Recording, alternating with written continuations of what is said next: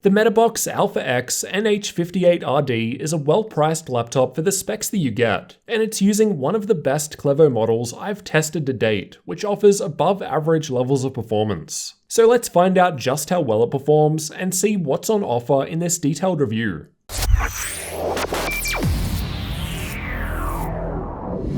For the specs, my configuration has an Intel i7-9750H CPU, NVIDIA RTX 2060 graphics, 16GB of memory running in dual channel, a 15.6-inch 1080p 240Hz screen, and a 512GB M.2 NVMe SSD. It's also got Gigabit Ethernet, Wi-Fi 6, and Bluetooth 5. However, hardware can be customized while ordering. You can check the options as well as updated pricing using the link in the description. The laptop has a silver body with a metallic lid and the interior seems to be plastic. The edges are smooth, but I found the front corners a bit rough if you push up against them. Otherwise, overall it feels quite well built. The weight of the laptop is listed at 2.2 kilos bare bones, so expect differences based on hardware selection, though mine was under this. With the 180-watt power brick and cable for charging included, the total weight rises to 2.7 kilos. The dimensions of the laptop are 36.1 centimeters in width, 25.8 centimeters in depth, and just under 2.8 centimeters in height. So not exactly thin, but not quite thick either.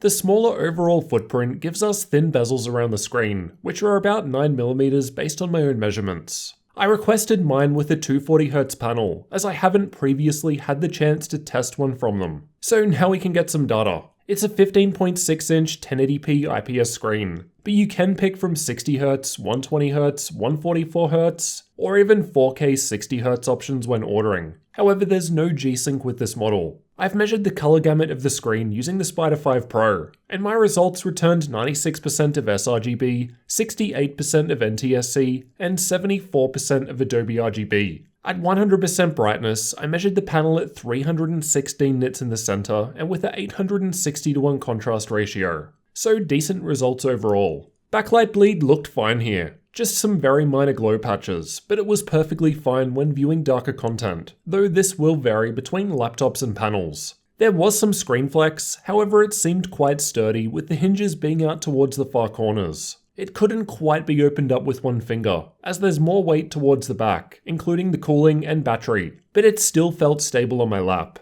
Despite the thin screen bezels, the camera is found above the display in the center. The camera is a bit blurry, but the audio sounds pretty good. Here's what typing sounds like, and this is what it sounds like when we set the fan to max speed. So you can still hear me over the fan. The keyboard in my unit has RGB backlighting, however you can only customize the entire thing in one zone with the included control center software. It's got 4 levels of brightness or can be turned off, and even the secondary key functions on all keys get lit up. Overall, I liked typing on the keyboard. The small shift on the right may annoy some, but I don't personally use it so I didn't notice. Here's how it sounds to give you an idea of what to expect. There was a little keyboard flex while pushing down hard, which I think should be expected given the keyboard is removable. No issues during normal use though. The touchpad has precision drivers and worked well. It was smooth to the touch but doesn't actually press down. It's got separate left and right click buttons though. Fingerprints and dirt are harder to see on the silver finish, and as a smooth surface, it's easy to clean. On the left, there's a Kensington lock, air exhaust vent, USB 3.1 Gen 1 Type A port, USB 2.0 Type A port, and 3.5mm microphone and headphone jacks. On the right, there's a USB 3.1 Gen 2 Type A port, mini DisplayPort 1.2 output, SD card slot, and air exhaust vent. On the back, there's one air exhaust vent on the left corner. The right isn't actually a vent as the battery is there. Then from left to right, we've got a USB 3.1 Gen 2 Type C port with DisplayPort 1.3 support, no Thunderbolt though, HDMI output. The version isn't specified, but I could run an external 4K monitor at 60Hz, which seems to indicate 2.0, Gigabit Ethernet port, and the power input. I like that they've got the bulky I/O such as HDMI, Ethernet, and power on the back and out of the way. Meanwhile, the front just has some status LEDs towards the right-hand side. On the lid, there's the Metabox logo in the center, and the bits on the side light up white from the screen's backlight. Underneath, it looks like there's heaps of ventilation holes. However, not that many of these cutout areas actually allow air through, but we'll see how the cooling does soon. The speakers are found towards the front left and right corners. They sounded okay for laptop speakers, but were a bit tinny with no bass. Here's what we're looking at in terms of maximum volume with music playing, and the latency mon results looked okay. The bottom panel can be removed by taking out 12 screws with a Phillips head screwdriver, and the 2 screws in the back corners are slightly longer. The battery is also easily removable, so if you have a spare you can quickly swap in a fully charged one, a nice and uncommon feature these days. Underneath the battery there are 3 more Phillips head screws to take out before the bottom panel can be removed, so 15 screws all up. Once inside from left to right, we've got access to the Wi-Fi card, single 2.5-inch drive bay, 2 memory slots in the middle, and 2 M.2 slots towards the right, which both support NVMe PCIe drives. Powering the laptop is a removable 4-cell 49Wh battery, and with a full charge and just watching YouTube videos with the screen on half brightness, keyboard lighting off, and background apps disabled, I was able to use it for 3 hours and 17 minutes. The Intel integrated graphics were in use during this test due to NVIDIA Optimus. While playing The Witcher 3 with medium settings and NVIDIA's battery boost set to 30 FPS, the battery lasted for 56 minutes, and the frame rate didn't drop at any point. Both results were a bit below average, though it is a smaller battery paired with decent specs. However, it is also removable, so in theory you could get spare batteries to quickly swap in. I'll also note that I never saw the battery drain with the 180 watt power brick plugged in throughout any of my testing. Let's look at thermals next. Air is pulled in underneath the machine where there are 2 fans and heat pipes are shared between the processor and graphics. Thermal testing was completed with an ambient room temperature of 21 degrees Celsius, so expect different results in different environments. By default, Metabox are applying a -0.1 volt undervolt to the CPU, which is great to see. They've advised me that they'll be doing this with their laptops going forward, so out of the box we should see increased performance. The Control Center software allows us to swap between different power modes: quiet, entertainment, and performance. These basically set different power limits and fan speeds, and I've tested with them all so we can see the differences. At idle in quiet mode, the temperatures were looking good. Fans were only just barely audible. The rest of the results are from combined CPU and GPU workloads, and are meant to represent worst case scenarios as I ran them for extended periods of time. The gaming results towards the upper half of the graph were tested by playing Watch Dogs 2, as I find it to use a good combination of processor and graphics. The stress test results shown on the lower half of the graph are from running the Ada64 CPU stress test with only the stress CPU option checked, and the Heaven GPU benchmark at max settings at the same time to fully load the system, so kind of a worst case.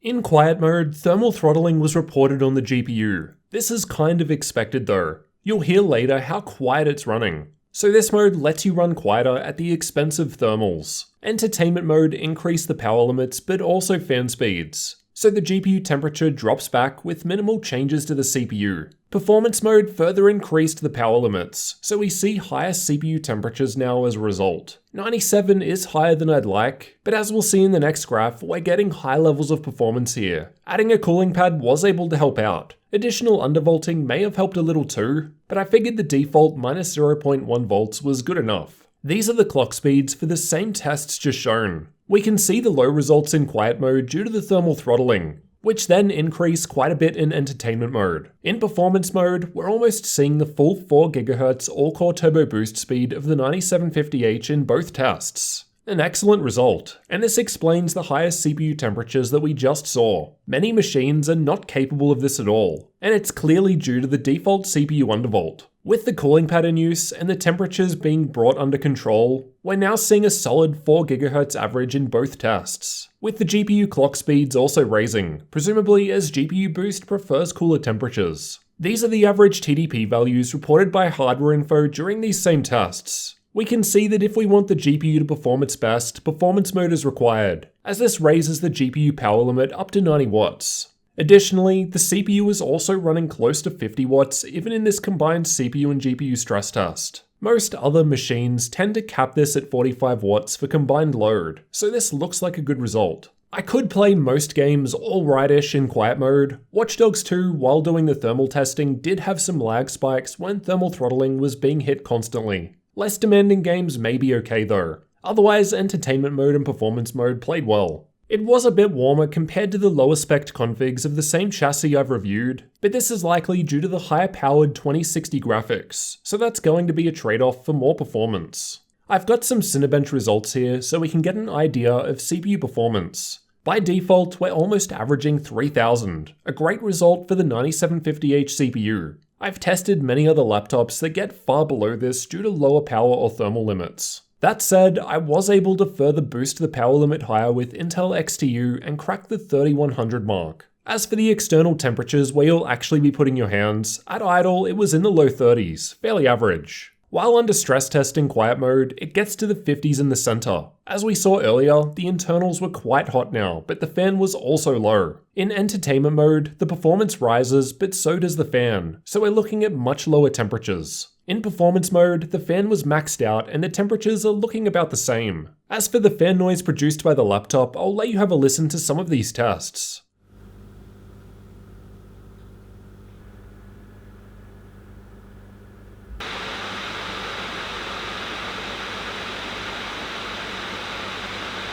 At idle in the quiet mode, the fans were just barely audible. While gaming or under stress test with the same quiet mode, it was still very quiet. So you can see, or I guess hear, why it was throttling there. Regardless of using entertainment mode, performance mode, or manually setting the fan to max speed, it was reaching the same maximum speed. Despite this, it wasn't too loud, about average when compared to most other gaming laptops. It didn't get up to 57 decibels like most others though, which could explain some of the warmer temps. Next, let's take a look at some gaming benchmarks. I've tested these with these NVIDIA drivers with performance mode and the control center software enabled for best results. Control was tested walking through the start of the game, and I've tested with RTX enabled in the green bars and RTX off in purple. I don't think this game needs a very high frame rate to play. For the most part, high settings with RTX off went okay, but medium settings still looks good, so I'd prefer the higher frame rate. RTX on, even with low settings, wasn't great in terms of performance though, even if it did look nice.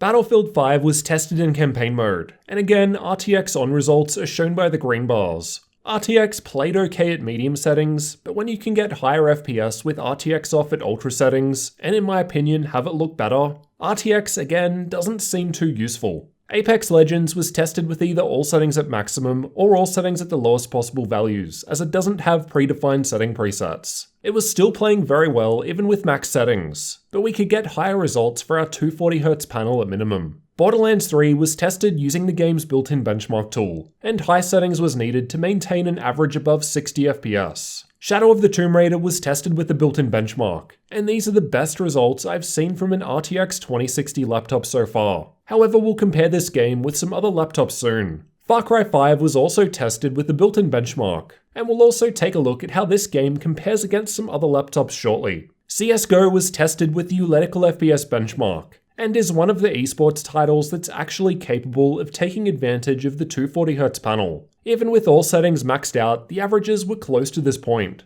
Fortnite also saw decent results, with medium settings getting above 200 FPS and looking super smooth with the 240Hz panel. And it was also capable of reaching 120 FPS even maxed out at epic settings. Rainbow Six Siege was tested with the built-in benchmark, and is another title that may actually be able to make use of the 240Hz panel at lower setting levels, where we were just able to average 200 at low settings with a 100% render scale. Ghost Recon Breakpoint was tested using the built-in benchmark, and even at the highest ultimate preset was averaging around 60 FPS due to our decent GPU power, and 100 FPS was just hit at medium settings and below. To get some context, let's see how it compares with some other gaming laptops. Use this information as a rough guide only, as tests were done at different times with different drivers. Here are the results from Battlefield 5 with ultra settings, and I've got the NH58RD highlighted in red near similarly spec'd machines. This is the first and only time I've had the RTX 2060 paired with a 9750H, so it could be beating the other 2060 machines due to that better CPU, but regardless, it's still in the lead. These are the results from Far Cry 5 using the built-in benchmark at ultra settings. Again, it's ahead of the other 2060 machines, and a little better than our single GTX 1070 laptop. Although, as a CPU-heavy test, again this could be just due to the slight edge the 9th gen CPU offers. In Shadow of the Tomb Raider with the built-in benchmark at highest settings, the NH58RD was ahead again of the other 2060 machines I've recently tested, actually scoring the same as the 2070 Max-Q in the Lenovo i7-40. But again, there's that small CPU difference. Overall, the gaming performance was good. All games ran well even at higher setting levels. I found the RTX 2060 to perform around 14% better than the GTX 1660 Ti, and in most cases it does seem worth paying a little extra for. That said though, the 1660 Ti is still a nice sweet spot, and can also handle pretty much any modern game with good settings at 1080p no problem, as we saw in the NH58RC review. I think RTX on the 2060 is a little underwhelming at the moment. I wouldn't personally buy today just with RTX in mind, but it may be more useful in the future, only time will tell. I'll also note that we didn't really put the 240Hz screen to use outside of esports titles. If this is what you're mainly playing at lower settings, then it could definitely be a nice upgrade. But for most people, I think the 144Hz option for 140 Australian dollars less is a better well-rounded choice. I've tested a 240Hz screen in the past with an RTX 2070, and even there it still only made sense with esports titles at lower settings. Now for the benchmarking tools. I've tested Heaven, Valley, and Superposition from Unigine, as well as Firestrike, TimeSpy, Port Royal, and VRMark from 3DMark. Just pause the video if you want a detailed look at these results. I've used Crystal DiskMark to test the storage, and my 512GB M.2 NVMe SSD was performing alright, but speeds will vary depending entirely on what drive you select when ordering. There are quite a few options. The SD slot was pretty decent too, not amazing, but ahead of many others. For updated pricing, check the links in the description, as prices will change over time. At the time of recording, in Australia, the base model goes for about 1,780 Australian dollars. This is with dual channel memory, though it's $120 more for the 144Hz upgrade option, which I think would be a good matchup for these specs for gaming. For my US friends, that's about $1,100 US without taxes. Although to actually buy this same Clevo chassis in the US from Amazon, it starts from $1,350 US. Granted, that's with the more expensive 240Hz screen. Let's conclude by looking at the good and bad aspects of the Metabox NH58RD. While having decent specs to play basically any modern game with good settings, the laptop has a clean and professional design without the typical gamer aesthetic. The performance is quite impressive once you consider the fan noise is below average. It does get warm under stress test, but in most games it seemed fine and the compromise was excellent performance, likely thanks to the default -0.1 volt undervolt that they've introduced. In Australia, this thing is serious value. Just for comparison, the Acer Helios 300 with 1660 Ti is at least 400 Australian dollars more money, and this was outperforming it in many games. I liked that the bulky I/O, including HDMI, Ethernet, and power, are found on the back of the machine and out of the way. The I/O is otherwise pretty decent, with SD card slot and Type-C port, though USB 2.0 in 2019 is a bit odd, and as is usually the case with these Clevo units, no Thunderbolt 3 support. The removable battery is also nice to have. You could buy spares and very quickly swap in a fully charged one if you want, which would be good as battery life was on the lower side. There's not really much else to say. Overall, I found it quite good for the price. Like the other Alpha-X models I've covered, this is easily one of the best Clevo units from Metabox I've tested so far. Based on the specs, overall performance, and price, I think the Alpha-X series is offering great value for money, especially here in Australia where bigger brands cost way more than they do in the US. Let me know your thoughts down in the comments, and if you're new to the channel, consider subscribing for future laptop reviews and tech videos like this one.